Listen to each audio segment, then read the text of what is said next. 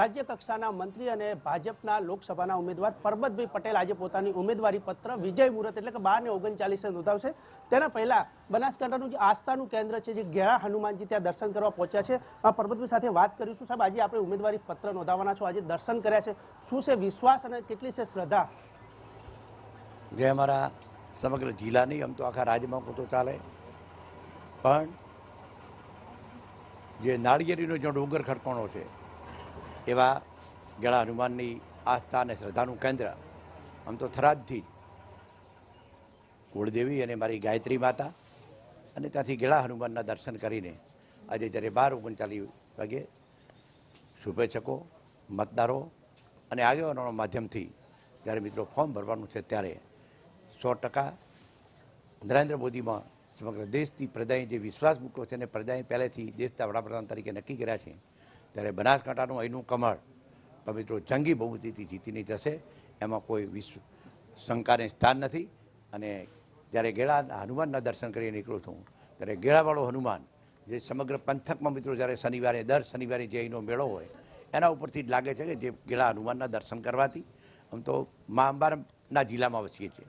મા અંબા એટલે જગતજનની માતાને જ્યાં 51 શક્તિપીઠ વસે છે એવો જિલ્લો, નળેશ્વરી માતા, અમારી ચેનલ માતા, બધા દેવદેવીઓ જ્યાં વસે છે। પણ જ્યારે મિત્રો આસ્થા અને શ્રદ્ધાના કેન્દ્રથી અહીંથી જ્યારે નીકળું છું, જે મારી આસ્થા કે જ્યાં જે વિસ્તારમાં જે દેવદેવી આવતા હોય એ આપણી માન્યતા છે કે ત્યાંથી નીકળવું।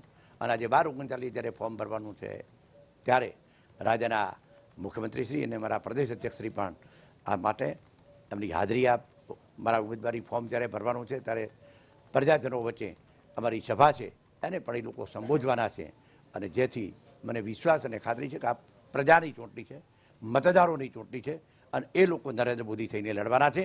એટલે જીત માટે ક્યાંય મિત્રો કોઈ કહી શકે જ નહીં, પણ જંગી ક્યારેય ન મળ્યું એટલી અભૂતપૂર્વ રીતથી આ સીટ જીતાશે।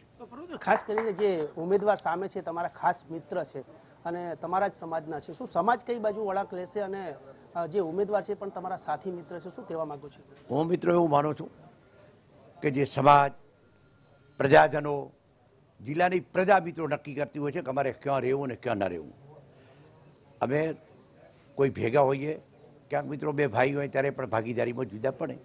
તો પ્રતિભાઈ અત્યાર સુધી ભાજપમાં હતા, એમણે એવું પણ કીધું હતું કે કોંગ્રેસ ટિકિટ આપશે તો પણ હું લડવાનો નથી, પણ જ્યારે એમણે લડવું એટલે એમને પણ કોંગ્રેસમાંથી ઉમેદવારી કરી છે, જેનો ન્યાય પ્રજા આપશે। ના પાડીને શું આમ લાગે છે કે મિત્ર સાથે મિત્રે દગો કર્યો હોય?